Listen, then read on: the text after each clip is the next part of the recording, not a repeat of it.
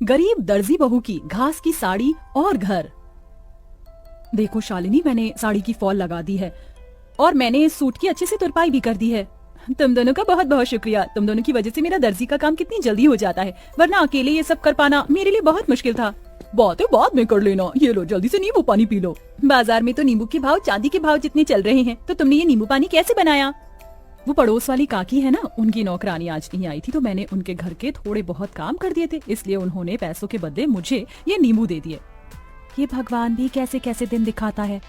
हम गरीबों को गर्मी के मौसम में नींबू पानी पीने के लिए भी हमें कितनी मेहनत करनी पड़ती है। अदिति की बात सुन बाकी बहुएं उदास हो जाती हैं। शालिनी इन सभी बहू में से सबसे बड़ी बहू थी जो दर्जी का काम करती थी। वहीं बाकी घर संभालने के साथ साथ शालिनी के दर्जी के काम में मदद भी किया करती थी। इन पांचों के पति सड़कों पर झाड़ू और मजदूरी करने का काम करते थे, जिससे ये मुश्किल से 2 वक्त की रोटी ही खा पाते थे। अरे वाह शीला, तुमने तो अपने घर का हुलिया ही बदल दिया। कितना सुंदर लग रहा है तुम्हारा घर। वो तो अच्छा लगेगा ही ना, पूरे 1 लाख रुपए जो लगाए हैं घर के रेनोवेशन और पेंट में। वैसे मेरे ख्याल से तुम पांचों को भी अपनी ये बाबा आदम के जमाने की गुफा को रेनोवेट करवाना चाहिए। न जाने इतनी गर्मी में तुम लोग इस गुफा जैसे घर में कैसे रहते हो। खिड़की दरवाजे तो ऐसे हैं कि अगर किसी का हाथ लग गया तो वहीं टूटकर गिर जाएंगे। पांचों बहू की घर की बेइज्जती करके घमंड दिखाते हुए शीला अपने घर के अंदर चली जाती है।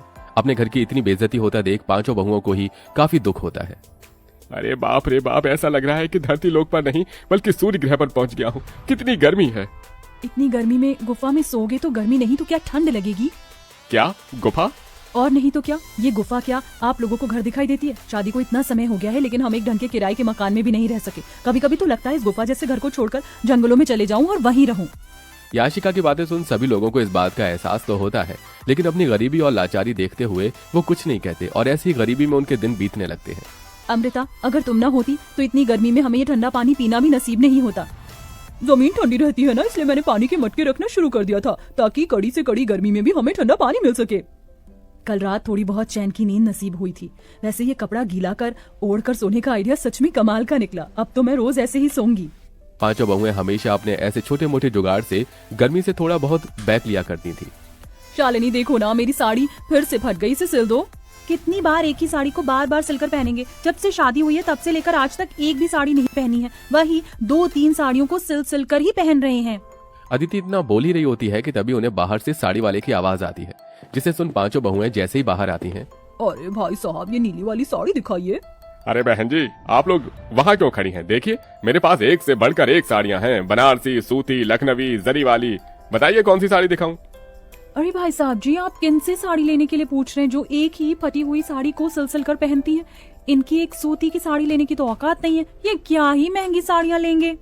अपनी पड़ोसन मोना और अलीशा को अपनी इतनी बेइज्जती करता देख पांचों बहू की आंखों में आंसू आ जाते हैं और वो सीधा घर के अंदर चली जाती हैं। पांचों बहुएं इस गर्मी और गरीबी से परेशान हो चुकी थी। पांचों बहुएं आंगन में बैठ एक दिन झाड़ू बर्तन कपड़े कर रही होती हैं कि तभी अचानक जोरों से हवाएं चलनी शुरू हो जाती हैं। लगता है बहुत जोरों से तूफान आने वाला है। चलो जल्दी घर के अंदर चलते हैं। पांचों बहुएं जैसे ही घर के अंदर जाने लगती हैं कि तभी तेज आंधी की वजह से उनके घर की छत उड़ जाती है और साथ ही साथ उनके घर की दीवारें भी टूटकर बिखर जाती हैं। हे भगवान, ये तूफान गांव में नहीं बल्कि हमारी जिंदगी में आया। अब हम लोग कहाँ रहेंगे? अपने घर के टूट जाने की वजह से पांचों बहुएं बहुत रोती हैं। शाम होते ही इन सबके पति घर आते हैं और ये सब नजारा देख उन्हें भी काफी दुख होता है, जिसके बाद अब वो सभी सिर छुपाने के लिए जंगल की तरफ बढ़ते हैं और एक बड़े से पेड़ के नीचे बैठकर अपनी रात वहीं गुजार लेते हैं। जहाँ ये सभी लोग रहते थे वहां पर एक बड़ी सी नदी भी बनी हुई थी जो तूफान की वजह से काफी गंदी हो गई थी, जिसे देख पांचों उस नदी की सफाई करते हैं और ऐसे ही उनके कई दिन गुजर जाते हैं। कभी कभी तो मन करता है किसी नदी के अंदर कूदकर जान दे दूं, कम से कम इन चीजों से छुटकारा तो मिलेगा। अमृता, ये तुम कैसी बातें कर रही हो? जिंदगी का तो नाम ही संघर्ष है, हम लोग ऐसे हार नहीं मान सकते। शालिनी की बात सुन नदी किनारे बैठी सभी बहुओं की आंखों में आंसू आते हैं। तभी उनके आंसू नदी के अंदर जा गिरते हैं। उनके आंसू जैसे ही नदी के अंदर जाते हैं तो नदी के अंदर एक सुनहरी रोशनी चमकती है और देखते ही देखते उनके सामने नदी की रानी बाहर आती है। कौन हो तुम? मेरा नाम नंदिनी है और मैं इस नदी की रानी हूँ। तुम पांचों ने मेरी नदी को साफ किया, यहाँ आसपास सफाई रखी और आज तुम लोग बैठकर ऐसे रो रहे हो। बताओ तुम लोग क्यों रो रहे हो? उस रानी की बात सुन सारी बहुएं उसे सारी बात बताती हैं, जिसे सुन वो रानी पांचों बहू को अपने साथ नदी के अंदर ले जाती है। उस नदी के अंदर की जमीन, मछली घर सब कुछ घास का बना हुआ है। ये सब देख पांचों बहुएं बहुत हैरान होती हैं। ये सब हकीकत है या कोई सपना? ये सपना नहीं, हकीकत है। ये घास जादुई घास है जिसकी सकते हो और वो चीज बिल्कुल असली चीज की तरह ही काम करेगी। तुम लोग चाहो तो यहाँ से ढेर सारी जादुई घास ले जा सकते हो। नदी की रानी, आपका बहुत बहुत। पांचों बहुएं उस जादुई नदी के अंदर से ढेर सारी जादुई घास लेकर आती हैं और सबसे पहले उन जादुई घास से अपना घर बनाने लगती हैं। क्या इस घास से हम लोगों का घर बन पाएगा? ये मामूली नहीं जादुई घास है। नदी की रानी ने कहा था कि इस घास से बनी हुई सभी चीज असली चीजों की तरह ही काम करती है। क्या पता ही घास का घर भी हमारा असली घर हो। पांचों बहुएं कुछ घंटे के अंदर एक बहुत बड़ा सा घास का घर तैयार कर देती हैं, जिसमें वो पांचों अलग अलग कमरे भी बनाती हैं। साथ ही साथ वो बाथरूम और रसोई घर भी बनाती हैं, जिसमें घास का चूल्हा, घास के बर्तन और कमरों में घास का पलंग, कुर्सी। जादुई घास होने की वजह से सारी चीज असली चीजों की तरह बिल्कुल मजबूत हो चुकी है। मुझे तो यकीन ही नहीं हो रहा कि हम लोग अपने घर के अंदर खड़े हैं, वो भी एक ऐसा घर जो असली घर से भी ज्यादा मजबूत और अच्छा हो। अब तो हम यहाँ आराम से रहेंगे। जादुई घास होने की वजह से हमारा ये घास का घर भी कितना ठंडा है। अब तो यहाँ हमें बिल्कुल भी गर्मी नहीं लगेगी।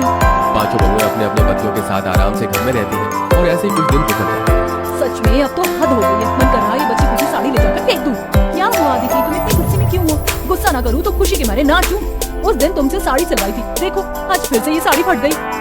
अदिति की बात सुन शालिनी के मन में एक ख्याल आता है, जिसके बाद शालिनी दोबारा उस जादुई नदी के अंदर जाती है और वहाँ से ढेर सारी जादुई घास लेकर आती है और अपनी सिलाई मशीन पर बैठकर कुछ घंटे के अंदर ही घास की बनी हुई 5 साड़ियाँ तैयार कर देती है। साड़ियों के बॉर्डर पर वो तरह तरह के फूल भी लगाती है, जिसके बाद अब जैसी पांचों बहुएं घास की साड़ियों को पहनती हैं। इस घास की साड़ी को पहनकर तो ऐसा लग रहा है कि मानो जैसे मैंने रूही की साड़ी पहन रखी है। अब इन घास की साड़ियों में हमें बिल्कुल भी गर्मी नहीं लगेगी और हम आराम से रहेंगे। पांचों बहुएं उस घास की साड़ियों को पहनकर काफी खुश होती हैं। जिस तूफान से इन पांचों का घर टूटा था, उस तूफान में गांव में और भी कई लोग थे जो बेघर हो गए थे। ये सब देख पांचों बहुएं उन लोगों के लिए जादुई घास से घर बनाती हैं। अरे आप लोग तो हमारे लिए देवी हो। जो चीज सरकार और अमीर लोग न कर सके वो आपने कर दिया। आपका एहसान हम कैसे चुकाएंगे? जादुई घास के घर बनाने के साथ साथ पांचों बहुएं गरीब औरतों के लिए घास की साड़ियाँ भी बनाती हैं, जिन्हें वो काफी सस्ते दामों में बेचती हैं। बरसों से सपना है कि सूती की साड़ी लेनी है, लेकिन हमेशा पैसों की कमी की वजह से ना ले सकी। लेकिन आज आपकी वजह से मैं रूही जैसी मुलायम साड़ी पहन सकूंगी। आपका बहुत बहुत शुक्रिया। जरूरतमंदों की मदद कर पांचों बहू काफी खुश थी। वो घास की साड़ी बेचकर थोड़े बहुत पैसे भी कमा लिए थे, जिनको अब वो बुटीक में लगाती हैं और बुटीक खोलती हैं। घास की तरह तरह की ड्रेस बनाकर बेचती हैं और अब उन सब के पति अपना खुद का काम शुरू कर देते हैं, जिससे अब धीरे धीरे उनकी जिंदगी सही राह पर आने लगती है।